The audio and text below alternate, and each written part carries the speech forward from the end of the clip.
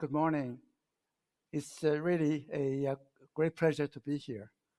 Uh, I certainly would like to thank Professor Cho, Professor Yao, because that in Mandarin is really Professor Cho, and uh, for establishing this magnificent conference, and I'm really humbled to be able to join the ranks of Adi Shamir and Ed Witten and other award winners. And uh, I certainly like to thank him profusely for building up this really magnificent event. And actually, I have known Xin Tong for a long time, and certainly I heard of him even earlier. I think it must be 40 or 50 years ago. That even though he's a few years younger than I am, but actually, even when I went to graduate school, he already was a legend among many scholars, especially among because he was at a really exceptionally young age to have solved major. And I was really happy when I went to Stanford University, had a chance overlapping the teaching at Stanford, and so we communicated quite afterward. Now it's amazing that we're both in China again and are doing the with for trying basic science. So I think that Shen Tong has been by asking good questions, and as we all know, that answering questions is a major mode by which that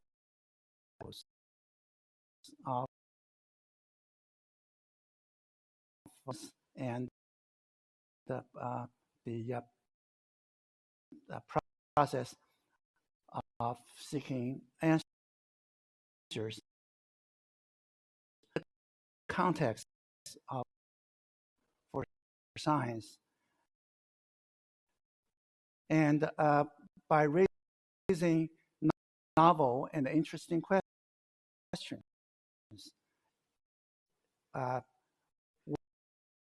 one can lead to new theory, conjectures in cryptography, complexity,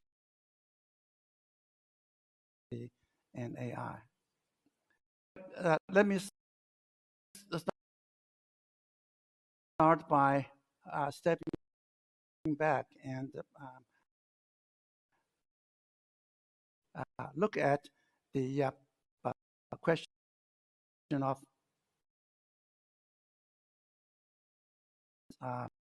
is the following.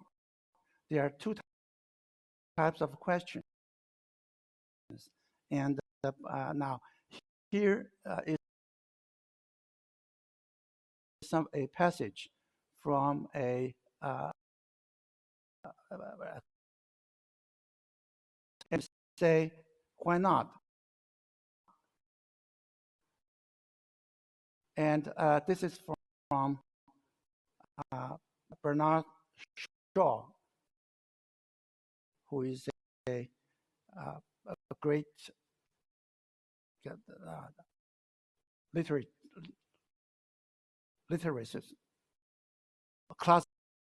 classifying questions. There are those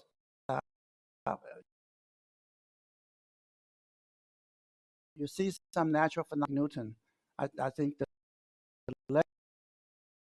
legend was hit by a falling apple, and ask why to the theory of gravitation. The latter kind of questions could be examined by Charles who won the Nobel Prize for fiber communication. In fact, he had the idea that why not use it for internet communications, fast speed networks. And I think that roughly these are two. Now, what are good questions? Well, one way to see it is that good questions often lead to great, and it could have huge impact. New industries generate wealth or society and history. And the other character is that it's very imaginative, and it works. And let me give you some example. Question: can we fly when we look at birds? And it leads to the airplanes, and later recovered. And this led recorders. And can we beat bacteria and save human and led to. And I think that when we talk about good questions, and these are some of the paradigm that we can. So before I talk about the examples from computer science, let me the growth of computer science from the very early, and so I think that there are even better examples from the mathematics and physics, and who in electromagnetic theory, and really much more. And as a young man, he actually solved the mystery of Saturn rings, even though it a big discovery for most. But let's look at the Saturn rings problem. In 1610, Galilei aimed his telescope at Saturn, and the resolution of the telescope, 1655, Hertz realized that Saturn actually distant. It's very beautiful see. And now in 1856, what became a very question. It was top of a prize. It's called the Adams Prize. I think so. This prize is a little bit different from the prize we are receiving today. It's like an exam and somebody question. Maxwell worked very hard on Maxwell. At the time of 1856, he was only, I think it's 25. He worked really hard, proved mathematically that a thin body or Saturn is a solid type of material, and he predicted rings were a large number of particles on Saturn. And mathematics was magnificent, as we can see from Sir Airy, who commented that it was one of the most remarkable applications of mathematics. Got a good, very close look at it. There are any particles, and it continued to make news in the literature as one invests more and more the astrophysics. So let me come to subject, the good questions in computer science. And certainly, I think that but the best example is by Alan Turing, who in 1950, he published the paper, Computing Machinery and Intelligence, in which he was contemplating whether simulate can be modeled as machines. And he initiated the idea of today called artificial intelligence. And in particular, he was not just strictly talking about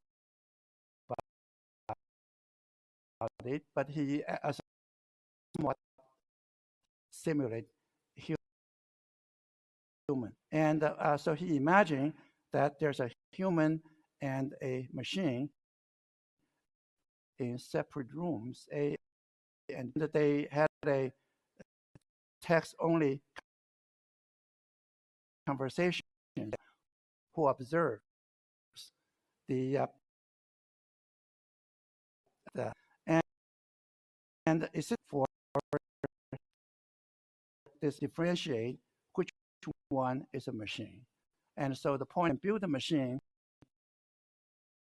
so that a would have difficulty to distinguish machine than as the Turing's test. And it's a simple question. Really, it's very profound.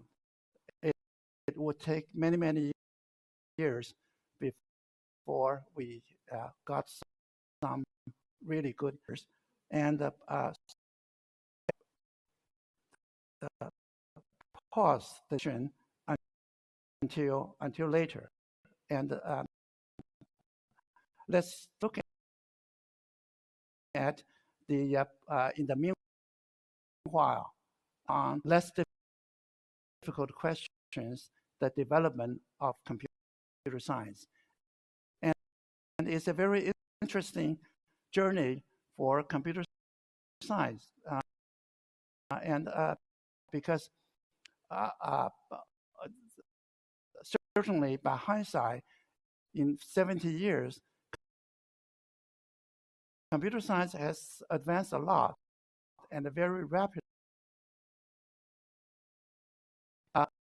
The major difference, as I see it, is really in computer science. There's a very large technology component. In 10 years, there's a major major change on how to do computing. That is one way that's it, and using their take a snapshot in the it's really mainframe computers. Became a graduate student in computer science. We are really punching cards and the code to the computer room and wait for the result.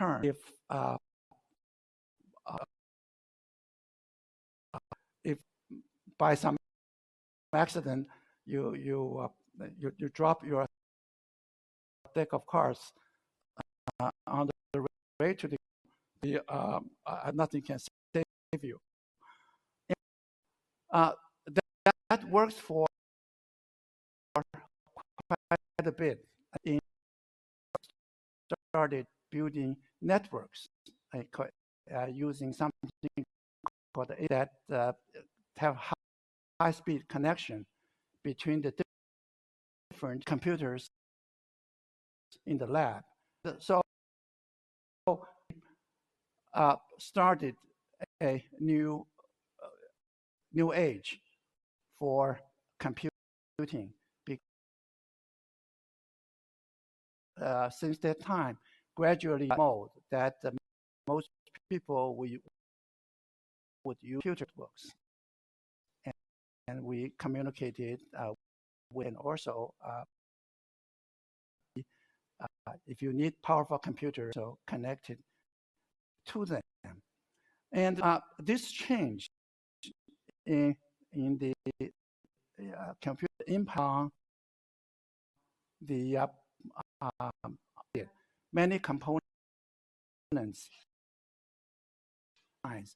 particularly the area of distributed computing becomes a major academic and different conferences, which even now and they have grown to be areas in their main right. But this also gets in, and I think different people invented different theories for it. Basically, we want to model in a distributed environment many parties in order to collaborate and computations. And for example, there were far-sighted people. And one day, there could be that connect business together, and also with, and to do electronic commerce, be able to do encoding and a cryptography for the, not for the military, but for the everyday life, and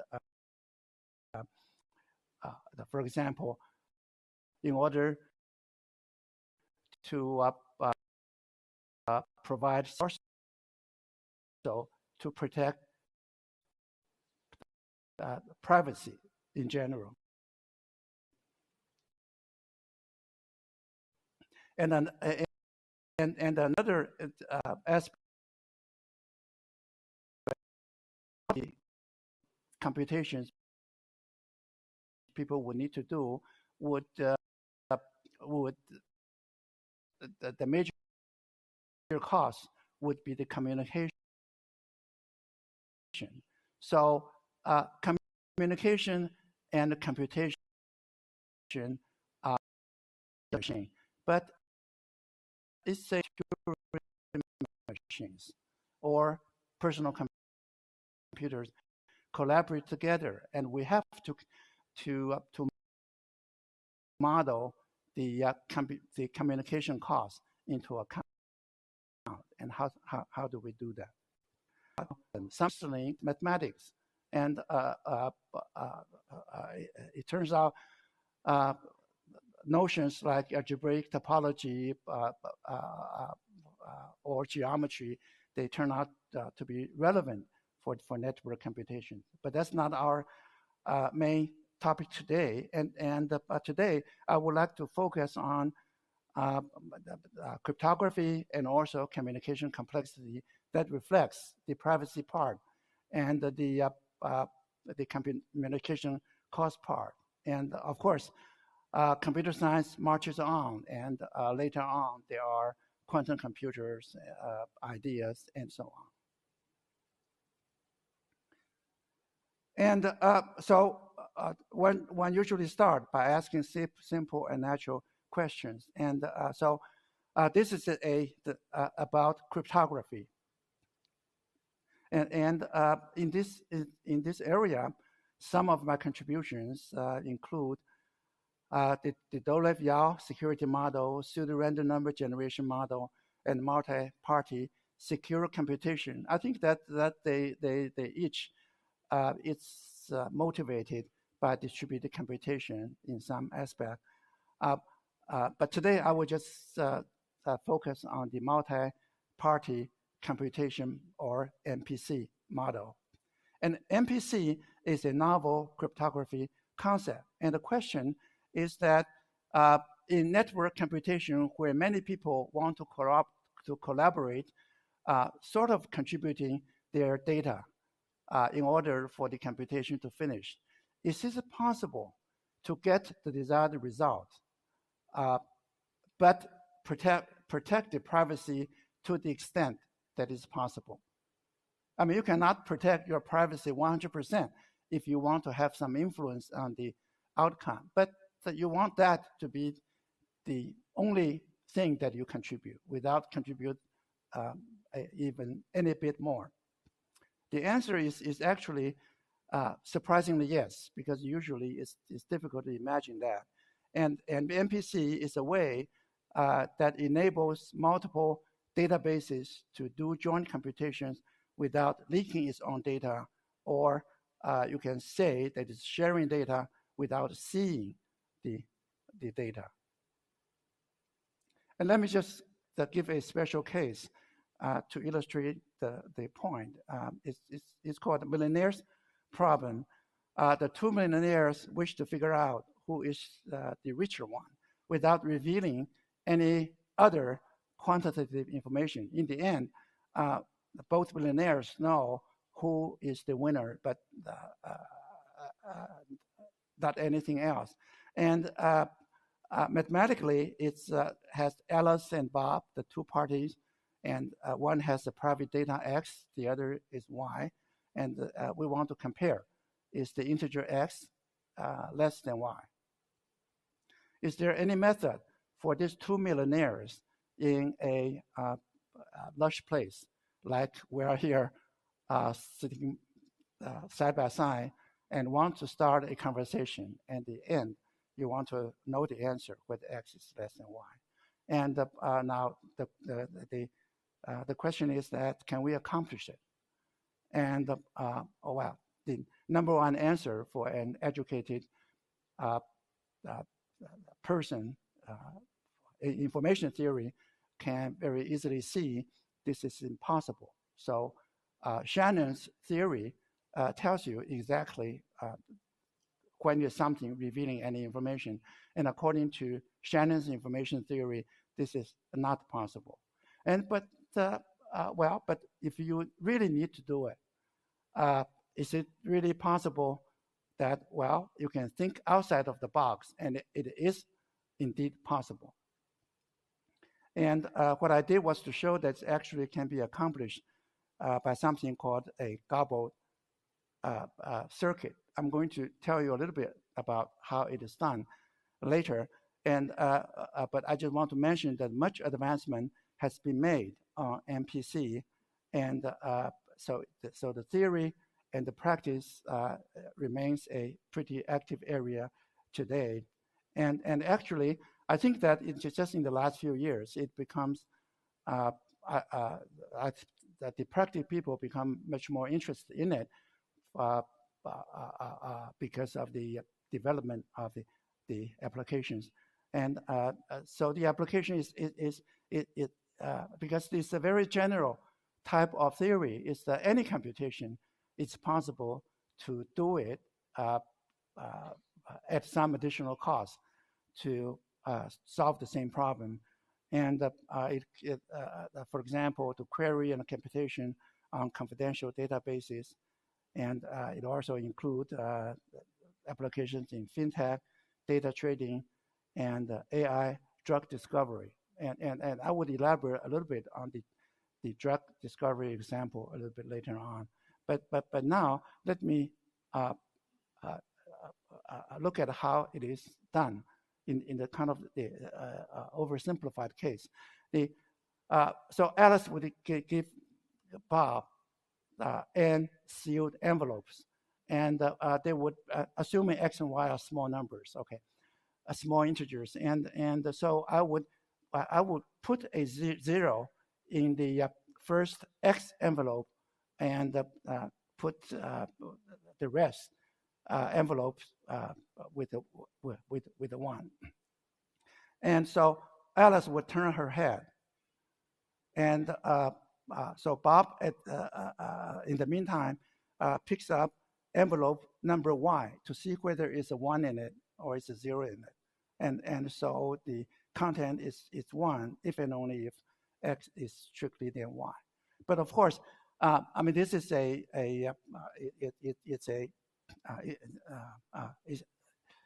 it's not a electronic communication setting, and so what one need to do is to use encryption method to encode the 0 and XY, and send the encoded message from Alice to Bob. So to implement it, you would use keys K1, K2 up to Kn. Each envelope we're using a different private key by Bob, and send the message from Alice to Bob, and now through the oblivious transfer, it's possible for Alice to let Bob get one of the key, which take to be KY. Okay, so without revealing Y. So the oblivious transfer is a cryptographic protocol that can be done, and I will not go into how it is done. But essentially, this is the way it is done, and in the simpler case, and now I would like to just one word about the drug discovery. That because Millionaire's problem is a it's a toy problem, but actually just in the last few years, people start using it for the collaboration between two drug developing say companies to jointly do drug discovery. So for example, if you have a very rare disease and where data is very precious and scarce, and now each company has some private data, and the company can use it to do drug discovery, and however, if you put together the data from both companies, in principle, the machine learning algorithms can help you to design better drugs. And however, because the data is very precious, the companies would like the computation to proceed and share the profit as a result.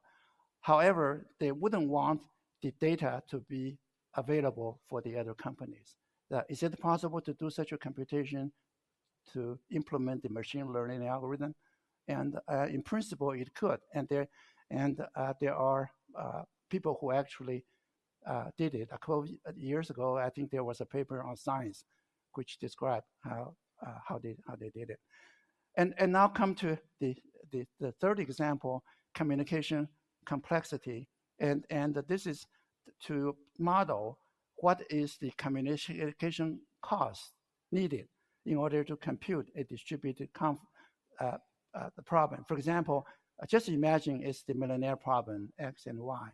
And the question is, instead of whether it can protect the privacy, you are interested in just wanting the communication to be done as fast as possible using a minimal number of bits in order to find out the answer for both people. Can it be done in a small number of bits?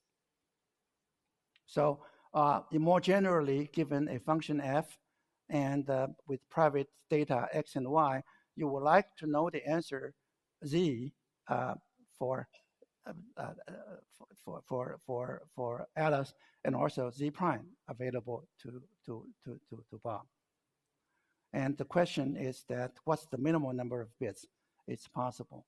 And let's just do the standard complexity in computer science. So any algorithm for computing f will use the cost of this algorithm to be the minimax result, namely that this is the worst case cost, and df is the minimax communication complexity of the function, which is defined to be the cost of the best algorithm for this perspective. Let's get some feeling. Suppose f is the parity function in the sense that it's the total number of ones in x and y, and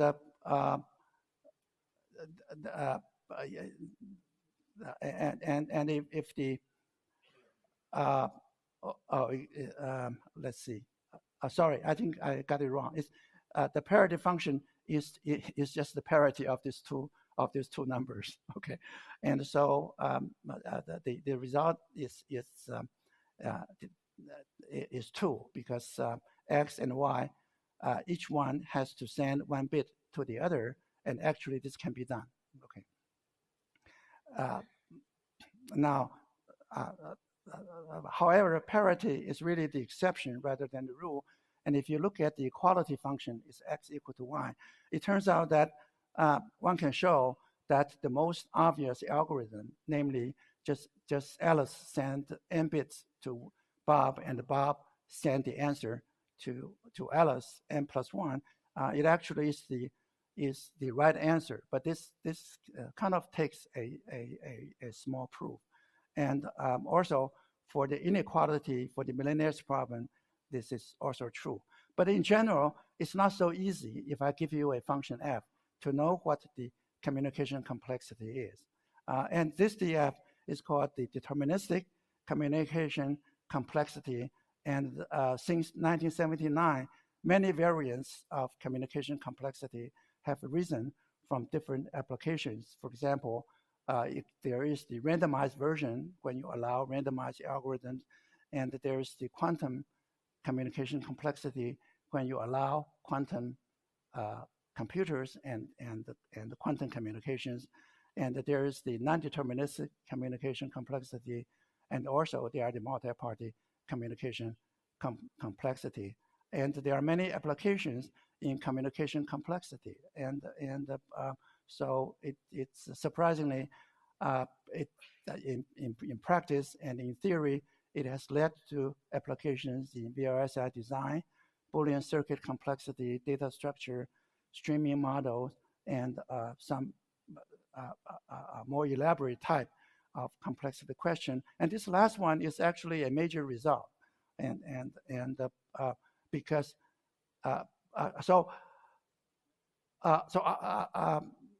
I'm going to tell you a little bit about this last application. But a communication complexity provides in addition to providing a way to evaluate the efficiency of distributed computation, it also provides a valuable approach to study computational complexity. And what's the reason? If you look at any kind of computational process, say a Turing machine or Boolean circuit, during the process, it involves plenty of information and plenty of bits to pass around in the computing structure. And thus, somewhere there is some communication problem embedded in computation. And so, for example, if you can prove a lower bound to the communication complexity of the embedded problem, then this gives you a lower bound to the computational problem. And so considering how difficult it is to derive lower bounds to computational problems, communication complexity is one of the very few set of tools that systematically allow you a paradigm for solving lower bound problems. And so let me just describe one example. And the question is, can linear programming solve the traveling salesman's problem? I think for a while, people were not sure and debated about it. And is it possible to do that? And it's certainly, I think by now, most people believe it cannot. But it's difficult to prove one way or the other, even for the restricted type of computation.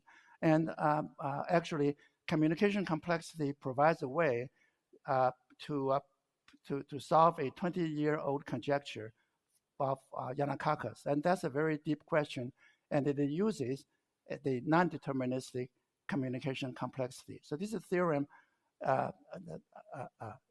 for Rini et al. In 2012, and Yanakakas conjecture was in 1988. So this is more than 20 years. It proves the extension complexity of the traveling salesman problem polytope is exponential in n, which is the number of cities. So in more detail, that is saying that even you're adding auxiliary variables in the linear program, the traveling salesman problem cannot be formulated as a linear program of size less than exponential. And this is a pretty stunning result. And now let's return to our first example, AI. AI in the 20th century, since Turing's question, and it has up and downs, but you can see that what I just like to show you is the landscape that is generated by this quest, and it really stimulated a lot of development. And in 1956, McCarthy coined the term artificial intelligence, and he advocated using logic and search.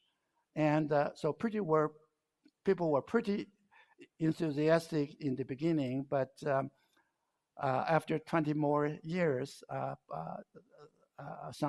optimism get dampened, and there is a artificial intelligence winter, number one. And in the 1980s, AI has some revival because the Ed Feigenbaum and others have advocated expert systems using the logical rules and to do useful things. And in 1982, there is a very significant event. The Hinton and Rumelhart, they devised something called backward propagation.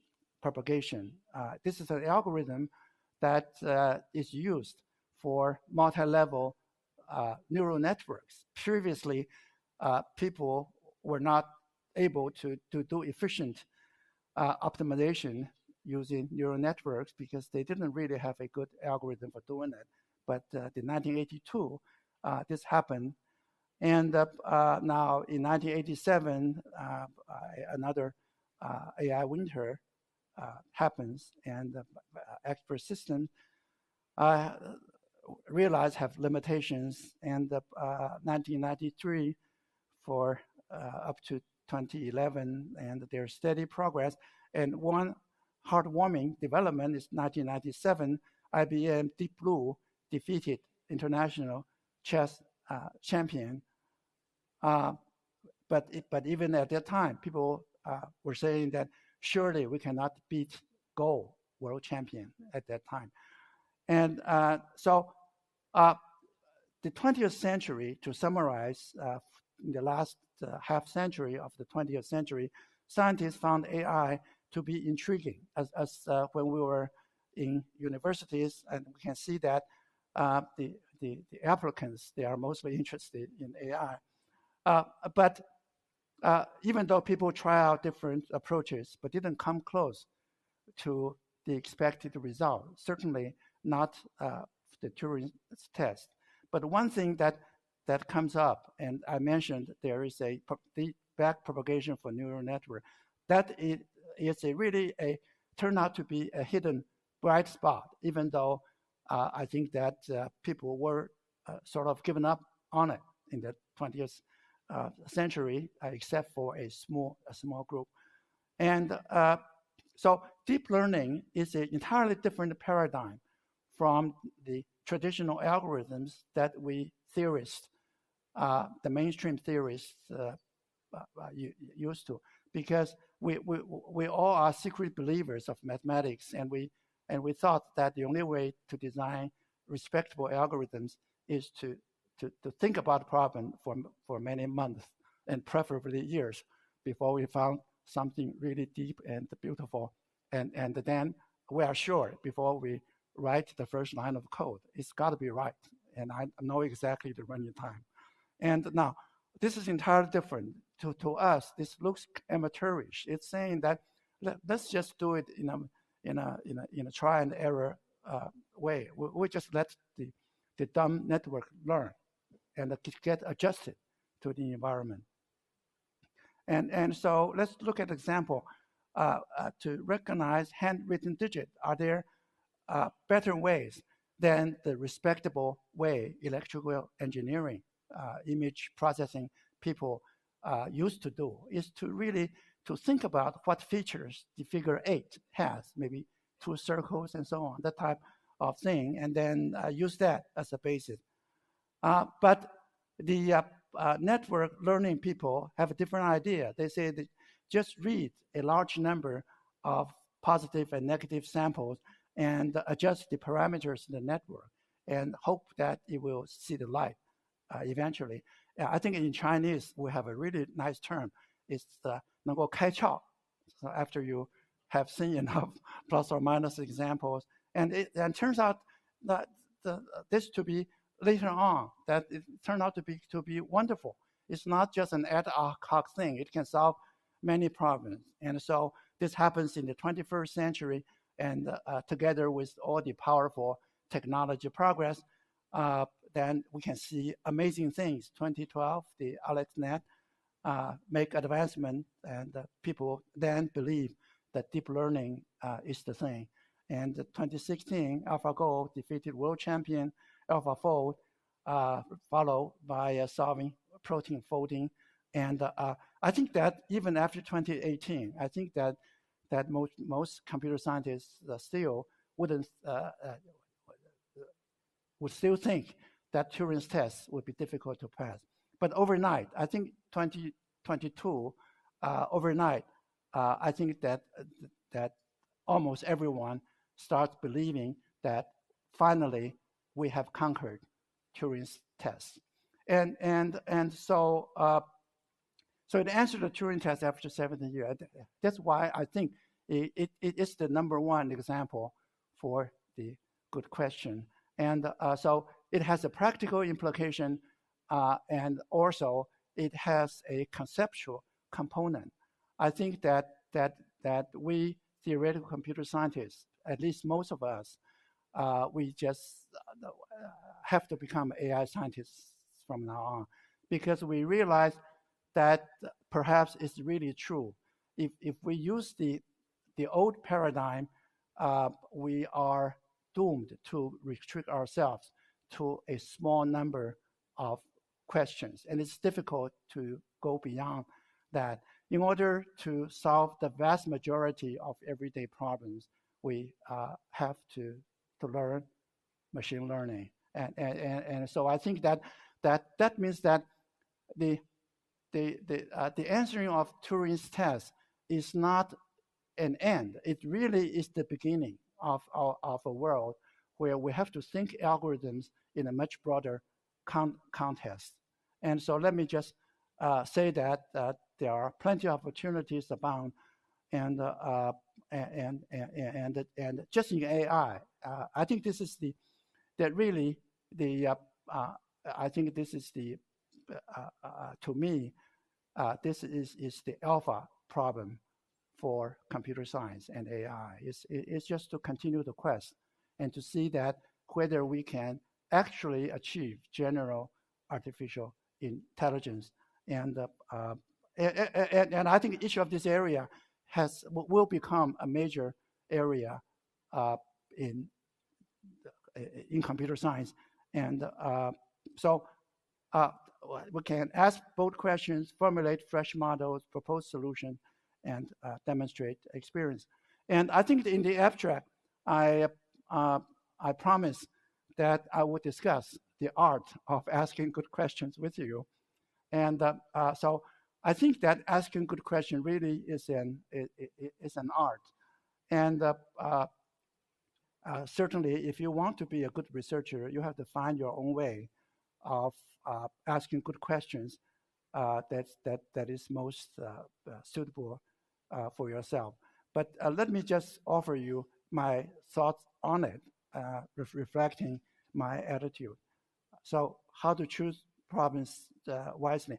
I think the first, it has to be attractive or 漂亮, and it should be simple, it should be novel, it should be surprising.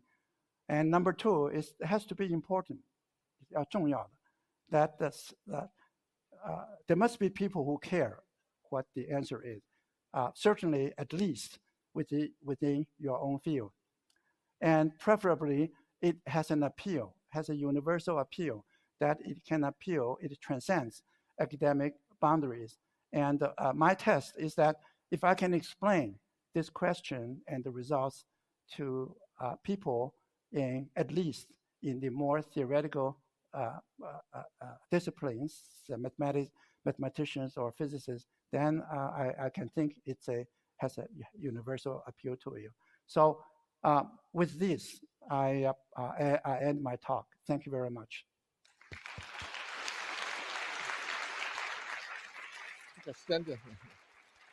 Well, thank you very much, Andy. It's a good thing to make us to asking the right questions always. Okay, let's see questions. What is important questions? Oh, here. Thank you for your beautiful talk, Professor Yao. Since you talked about wide perspective of history, I'd like to follow this way to ask a big question. How can we measure the overall impact of the new technology like artificial intelligence in the most important stockholders, including government, researchers, public, and AI industry? Because we think that we might need this new kind of interdisciplinary science today. I know this question is far beyond the purely computer science, but I think that might be a good question. Thank you. Yeah. So can you say again the main question? That is, how can we measure the overall impact of the new technology like artificial intelligence? Including how can we measure the impact? How can we measure? Yep.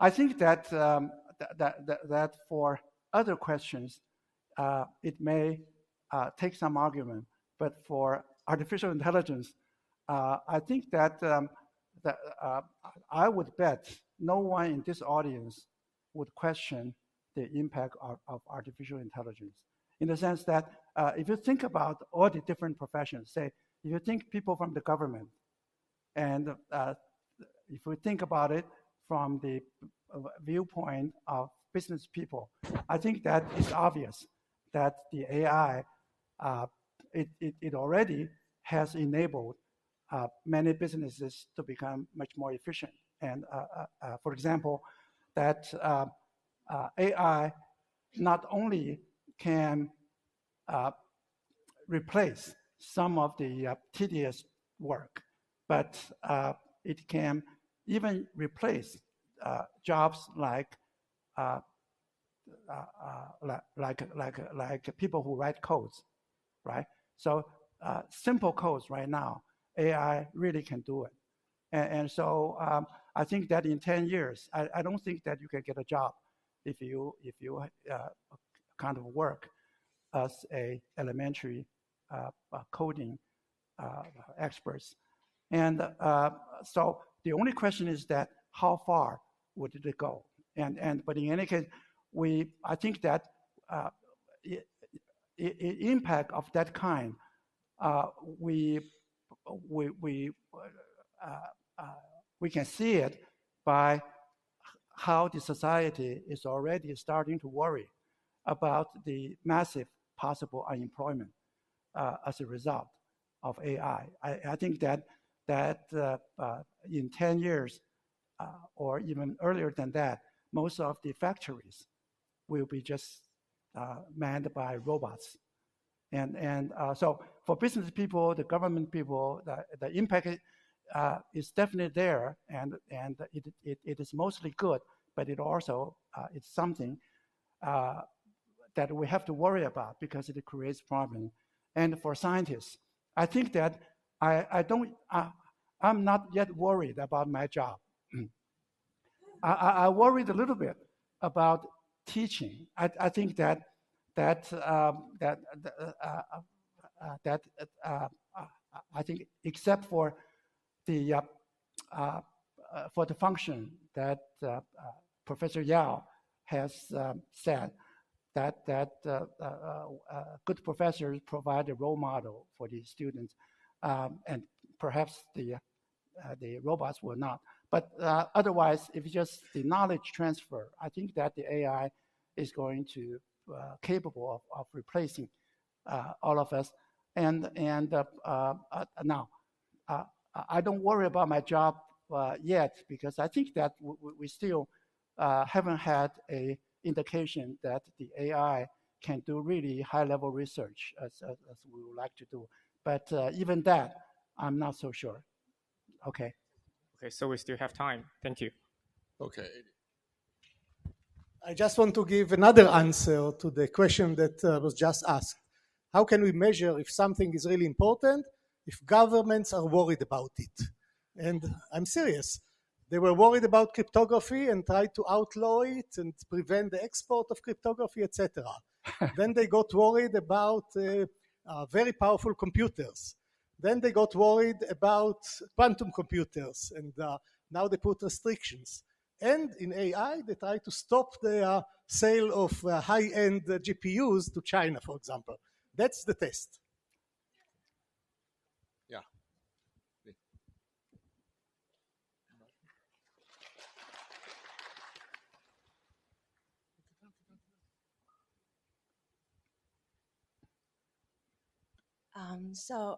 Thank you for the talk. And I would like to ask, so right now AI works with deep learning and we have this data training the robots, right? The question I have is there better ways to do it? Or are there ideas of better ways to do it? Yeah, I think that's the $6 million questions. I think we we all think about it, but my guess is that from now on, AI really is a new science. I think it's no longer a computer science, and the fact is that we have built some really intelligent systems like ChatGPT and so on, and so we can regard it as a new creature. So just think about that on Mars, there is some sort of a humanoid which are like the ChatGPT, and they can do a lot of things better than we are. And so the question is that if we go to Mars, and how can we live with those people? And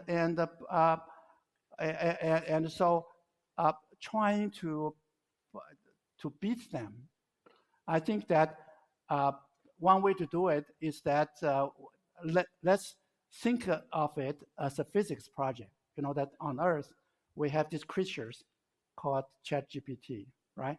And now we want to study them, right? I think this is a wonderful thing, in the sense that people talk about neuroscience a lot, and the idea is that we want to look at the brain and so on. I have to say that neuroscience has really good functions because it can try to cure disease and so on. But if we want to understand how brain works, that try to understand how GPT works is a much better proposition, because we can dissect the machine. We can look at as much data as we want, using as much intrusive method as we want. So we are in a much better position of understanding the intelligence of these artificial intelligence systems, and so therefore, one way to do it would be the kind of the old-fashioned way of trying to look at all the data coming off these machines, and let's build a mathematical model for it. But my sense is that it will be difficult to do that. I don't believe that there is a neat mathematical theory that we can use to prove how powerful these machines are. Instead, I think that we have to just think, now here is this entity, and if you are a physicist, how are you going to build theory, which may not be the molecular theory, but is sort of a phenomenological theory. But the point is that I think that we have to study it just based upon the principle that can we have a theory that can make predictions. And for example, if I give you a machine and tell you the structure, can you predict it is going to be a very intelligent one or not? I think that's the golden test that one can have in treating it as a science project. So that's my thought. Thank you. Other questions? Yeah. Very nice talk. So my question is on the sense that I would like to hear your thoughts on. There's this article by Wigner that on the unreasonable effectiveness of mathematics in the physical sciences or so. I feel the same way with machine learning or deep learning in general, that we don't really, I mean, it works, we know it's an empirical result, but can you share your thoughts on why it actually works? I think in very, very restricted cases, there are some progress for very simple networks. But I don't think there is I think that why deep learning works as well as it does is still a mystery. I think I think some physicists think that they see some analogy, with the condensed matter physics and so on. But I'm not sure it's totally convincing. So we don't know, and we may never know. That's my opinion. That it's we sort of that. I think that Turing did two great things. The first one is that he, together with other pioneers, they asked the question, what is computation?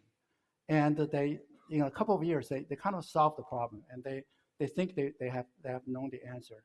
But in Turing's 1950, paper, he asked another question, which is sort of it's I think in some way deepen our understanding, because from the original Turing machine, people in complexity theory kind of develop an understanding that the principle that more computation gives you more knowledge.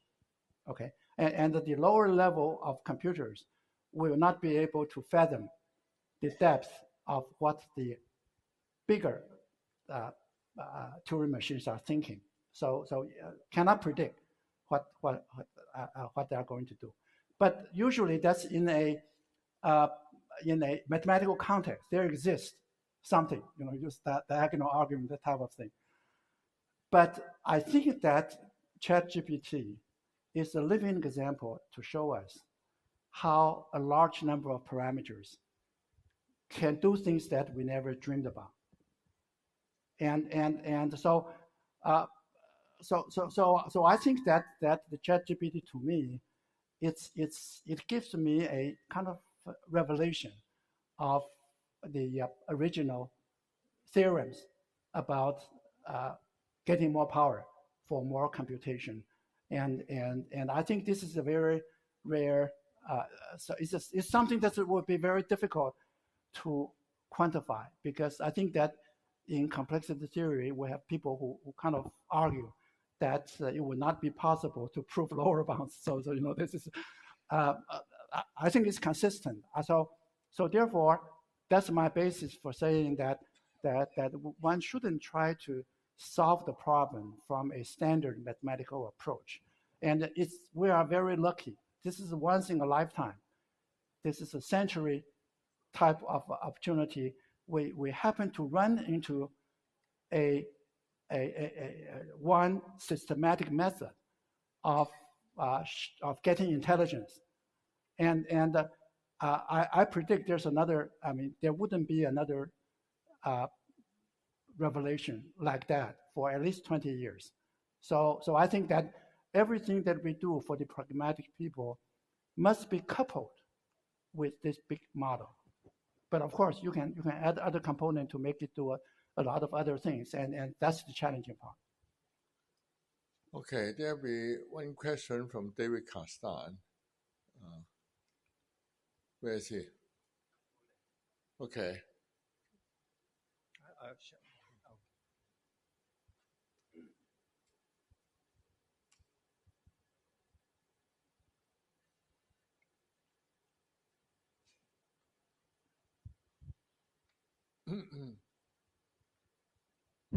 In the critique of judgment, Kant was raising a question, kind of saying that our belief in science is based on the assumption that understanding is possible.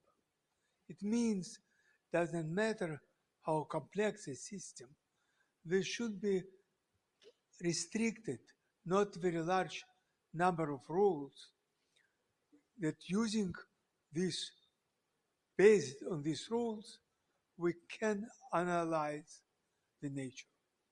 And until very recently, we definitely lived in the world of agreement with Kantian expectations.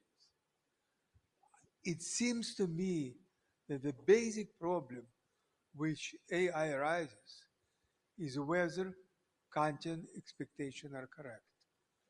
Whether it looks for us now that achievements of AI are not based on construction. Any number of small roots and structure from which the rest is deduced logically. So for me, the main question is whether it's really we live in a world which disagree with Kantian expectations.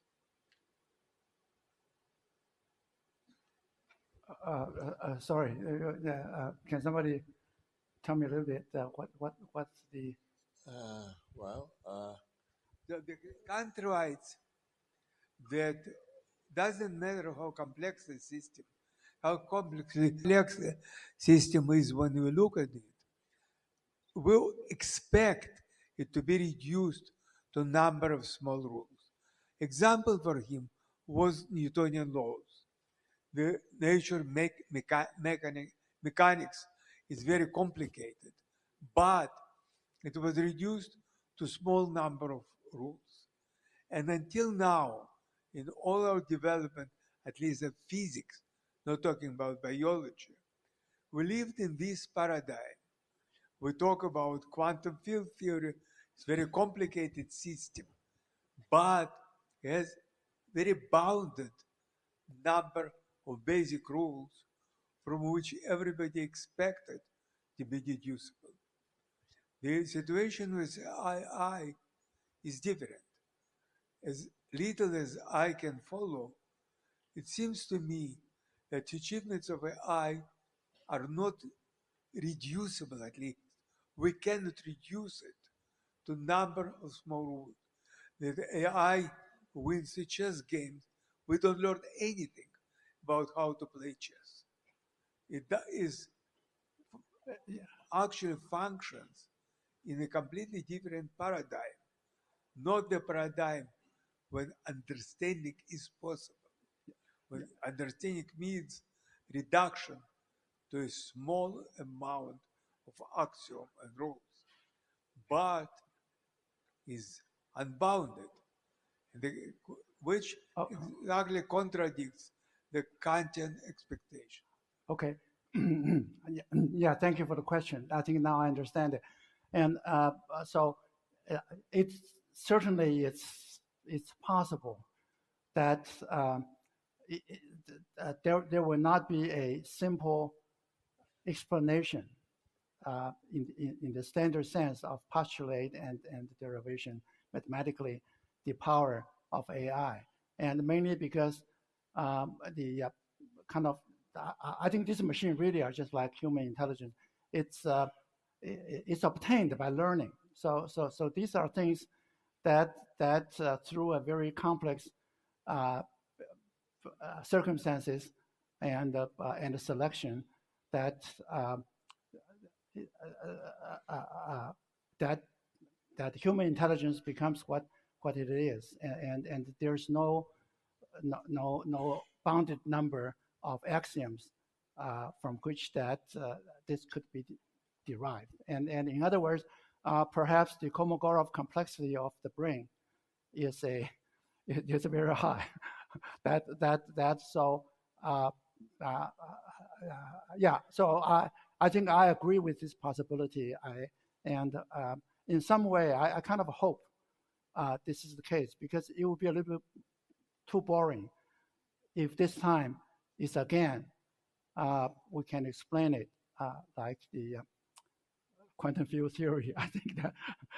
I think that you will be even nicer if we can build a different basis of understanding, and in some ways it's actually a bit better for us. We have our dignity if it turns out to be the case. Okay, these are very nice questions and very nice answers, but we should end this lecture today. Thank you very much, Andy. Thank you very much. So as you see, at 2 p.m. we have a small gathering for seeing our exhibit of mathematicians, and some of your pictures will be there if you are curious. For those who got awards. Ladies and gentlemen, the lunchtime is